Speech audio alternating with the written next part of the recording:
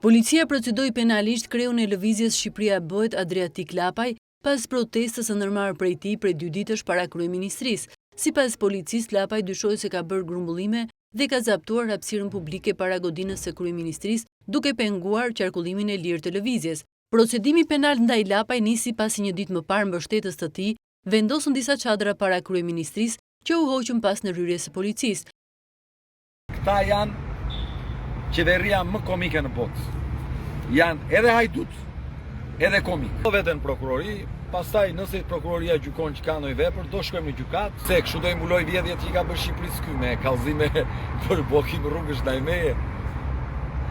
Kështu do e bllokoj ky fakti që s'ka ilaçe për kancerin onkologjiku.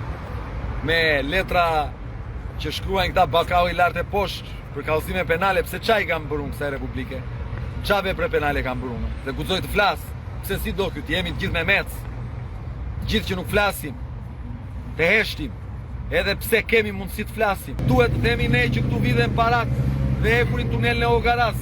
Se ndryshe na procedojnë zarat e Tiranës. Do të trëmemi ne. Seriozisht e ka ky. Me këto do na trëm ky ne. Çfarë do ky? Mos themi ne që inceneratorët mungojnë.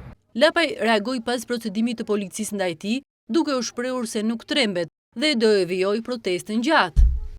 Përgjatë 2 ditëve të protestës para kryeministrisë, ku ka qëndruar edhe gjatë natës, Adriatik Lapaj u ka bërë thirrje qytetarëve që t'i bashkohen për të reaguar kundër aferave të qeverisë Rama. Në deklaratën e tij, Lapaj thotë se synimi i protestës është dorëheqja e kryeministrit Rama.